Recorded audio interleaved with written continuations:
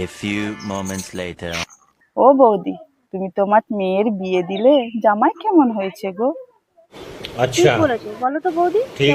আর বলোনি, আমার জামাই লাখে একটা, বুঝেছ?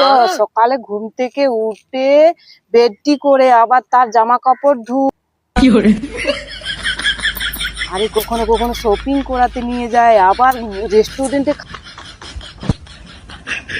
আমার মেয়েকে না কিচ্ছু কাজ করতে দেয়নি, আমার জামাই সব করে। লাখে একটা আমার জামাই উঠে বসে মেয়ের কোথায়।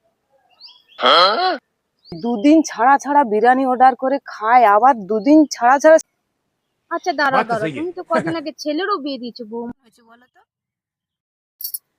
আর বলোনি ওই মুখ পুরীর। কেন গো?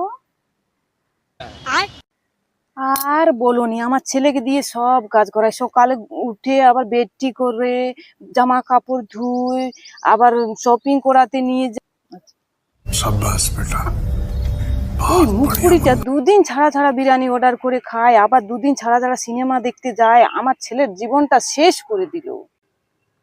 এতবার বলি এই মুখপুরিটা আমাকে জীবনে শান্তি দেবেনি।